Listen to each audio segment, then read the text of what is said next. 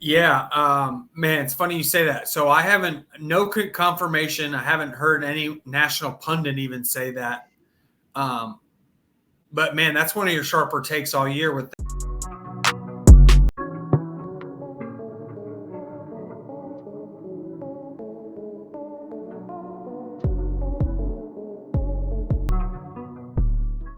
All right, so for my next bet, we got the Bears versus the Green Bay Packers. Green Bay's favorite -3, total is 45.5.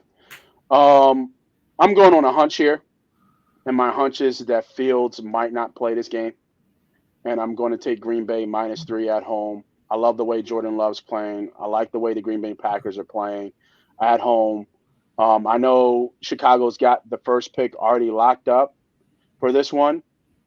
I think Fields got his goodbye in Soldier Field when they were chanting "We want Fields." Yeah, I don't see a reason for Fields to play in this game. I really don't. NFC is the NFC is the old school NFC North rivalry. Again, more likely going to be snowy and bad weather, just the way NFC North should be.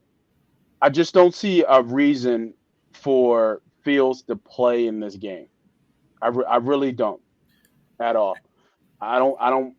They can't make the playoffs. Spoiler and all that. If Green Bay wins because of their big win last week, they're pretty much in and they lock in the last seed, the seventh seed. So give me and Lambeau, old school Chicago versus Green Bay. The line is perfect. It is what it is. Give me Green Bay minus the 3 here. I might even do a little two-leg money line parlay with Green Bay and Indiana, taking both home teams just to win to get in. But I like Green Bay here. yeah, man, it's funny you say that. So I haven't no confirmation. I haven't heard any national pundit even say that.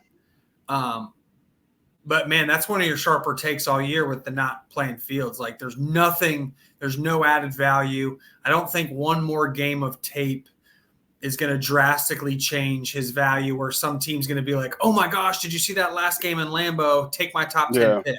I don't think that's happening, but the opposite could happen. If Fields suffers a catastrophic injury, you literally go and get like a sixth round. You basically go from getting what Sam Darnold got traded for, which was a second, a fourth, and a sixth when he left the Jets, and you end up with what Ryan Tannehill got traded for, which was a fourth, and you had to give a sixth. So that can't happen if you're the Bears. You can't risk losing that much draft capital over one game that means nothing. You're going to finish the season with a losing record. If Jim Harbaugh knocks on your door and say, hey, I want to coach Caleb Williams, you're going to fire Matt Eberflus tomorrow and hire Jim Harbaugh. Like, we all know that. So there's no, like, if you can upgrade a quarterback and coach, you're just going to do that. Like, we know that's coming. You can say you like the kid and you like the coach, and that might be the case. But if you can upgrade, you're going to do that and hit the reset button. And that being said, like, I would go even further. Like, if DJ Moore suffers a bad injury and you do get it and you do draft a Caleb Williams, you need DJ Moore. You can't have DJ Moore on PUP for the first 8 weeks with your rookie quarterback. You can't have Montez Sweat on the PUP list after you just traded for him and gave him all that money and you're trying to revamp your defense.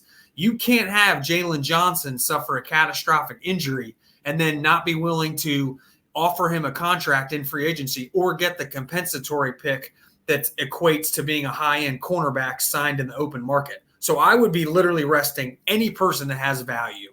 I know that you're not supposed to do that in the NFL, but this is the last week. The commissioner's not going to care. It is what it is. And on the other side, Green Bay, like Jordan Love, you've got something. They somehow pulled off the Harry Houdini. They somehow went from Brett Favre to Aaron Rodgers to a good quarterback. Maybe he's not Hall of Fame, but he's good. Like, he's legit. Yeah, no, he's good. Yeah, no, he's legit. A guy you can stick with for 2 to 3 years and slowly build and see what you got. Maybe he's not a guy you pay $50 million to, but he's definitely in that Kirk Cousins, Dak Prescott, second tier quarter, however you want to put those guys. So to me, this is like a springboard for the Packers. You can't make the playoffs, but man, if you win this game, you can just send your season off with a note into the next. No, they're in the playoffs. They win this game, they're in. Oh, that's right. Are they in? Yeah, because they won. Yeah, because they. So the issue, the the thing that got them in was Seattle lost. So because Seattle lost, right? Okay. Seattle dropped out of the wild card. But if Seattle wins and Green Bay wins, Seattle's out. Yeah, Seattle's still out. They need Green Bay to lose. Okay.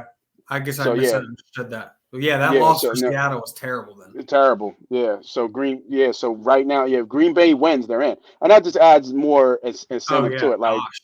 I mean, this was yeah, the one game I was already thinking about betting, kind of like Missouri when we were Ohio State. Like to me, this is all about Green Bay has limitations this year. Whatever happens this year is gravy. For them, it's springboarding into next year. Like next year is that year for Green Bay, just like I think next year is that year for Missouri. And like now, if you're telling me they win and get in, like to me, this is the one game you gotta bet. Like Green Bay is gonna win this game, no doubt in my yeah. mind.